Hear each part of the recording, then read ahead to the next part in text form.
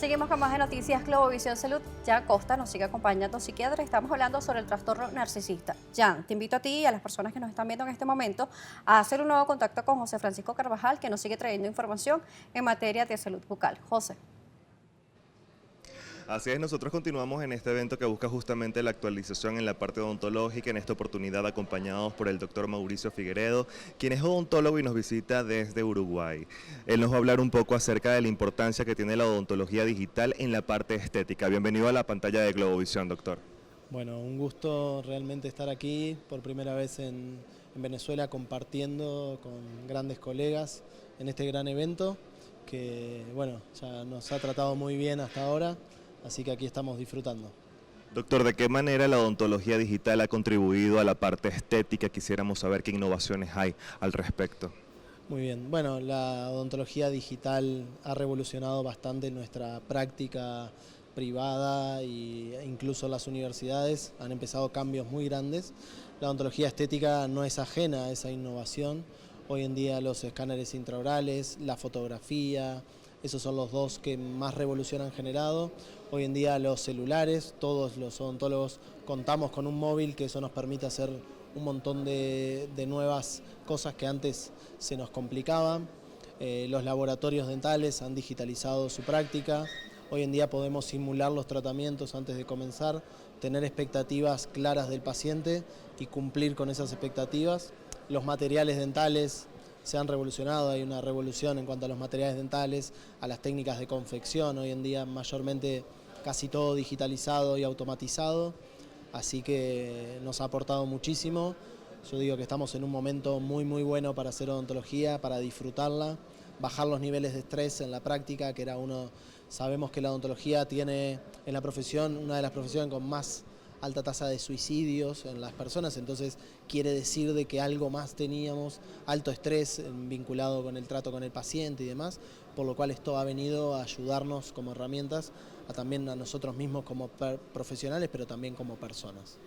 Doctor, ¿cuáles son las recomendaciones que usted pudiese compartir con las personas que nos están viendo y que desean someterse a algún tratamiento estético en la parte odontológica?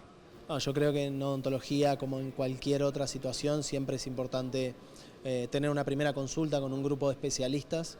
Nosotros generalmente lo que proponemos al paciente es una primera consulta dinámica, en la cual él llega, tiene una entrevista inicial con el grupo de doctores, él nos plantea sus inquietudes, nosotros le contamos un poco nuestro mecanismo, cómo trabajamos y demás. Luego de eso hacemos una serie de fotografías que se pueden tomar con un smartphone, con una cámara, eso va a depender ya a gusto consumidor. Se graban videos, lo mismo con teléfono móvil o con cámara, y luego se hace un escaneado intraoral. Toda esa información se procesa, se escucha al paciente para que nos explique un poco cuáles son sus expectativas, cuáles son sus deseos, qué es lo que lo trajo hasta aquí. Se arma un plan de tratamiento adecuado, se le presenta en forma digital y a partir de ahí se toman las decisiones y se muestra el camino que hay que recorrer para lograr esos objetivos que el paciente planteó. A veces se soluciona rápidamente, a veces los tratamientos pueden llevar 1 año, 2 años, 3 años, eso va a depender del grado de dificultad que esos tratamientos tengan, pero es clave buscar especialistas en cada una de las áreas que nosotros estamos y tratamientos integrales e interdisciplinarios, que es la única manera de tener buenos resultados.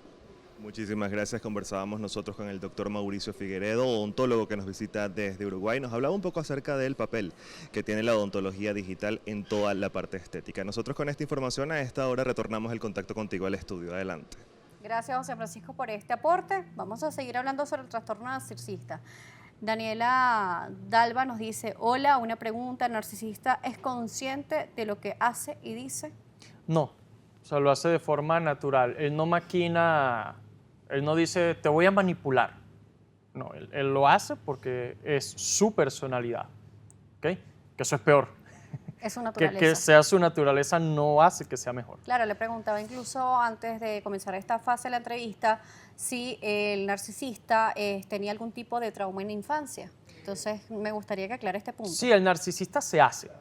Tiene cierto componente genético, pero realmente el narcisista se hace, sobre todo por influencia de los padres, que probablemente sean narcisistas también o tengan rasgos narcisistas muy marcados, o sea, hubo maltrato en la infancia, negligencia, no le hicieron caso, hubo abuso, o hubo extremadamente mucha sobreprotección. Un niño extremadamente muy mimado. Ahora, vamos a hablar, porque se nos está terminando el tiempo, sobre las últimas fases o las otras fases del narcisista. Sí, de las últimas fases del abuso narcisista, o sea, después de que te desvalorizo, te descarto.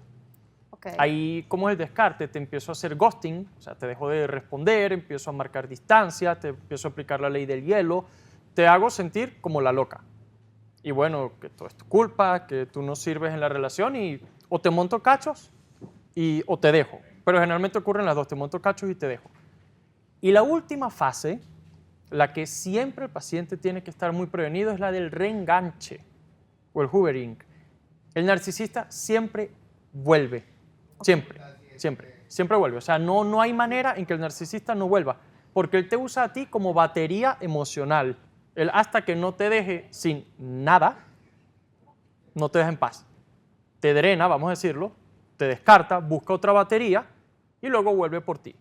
¿Qué pasa en el hoovering? El narcisista va a volver arrepentido, diciendo que va a cambiar, que va a hacer las cosas diferentes, que él se da cuenta de lo que perdió, que él te valora mucho, que él va a ir a terapia por ti, que vayamos a terapia de pareja. O sea, te va a pintar todo. Y no solamente te va a engatusar a ti, manipular a ti, sino a tu familia.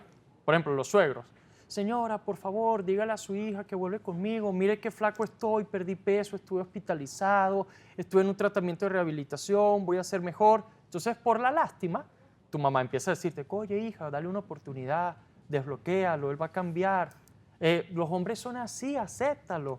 Wow. Que no te vas a encontrar algo mejor. Tu papá fue así. Y entonces se reenganchan. Bueno, ¿Ok? se nos terminó el tiempo, está muy interesante, Jan. ¿Qué te parece si en una próxima oportunidad nos acompañas y nos sigues explicando sobre Parte dos. esto y además, sí, parte 2, y además de cómo ayudar a la víctima, aunque suene raro, sí, es una Es víctima. víctima. Entonces, vamos a dar las coordenadas, ¿cómo te contactan? Bueno, por Instagram, DRJANC o Dr. Jan C.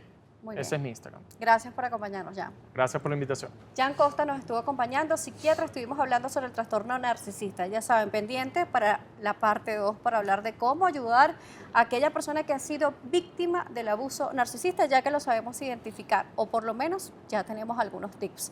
Preguntas, recuerde como siempre, lo pueden hacer en las redes sociales, ya tienen el del especialista, nuestras cuentas, @salud_gb, @AnilaJSala, será hasta una próxima oportunidad.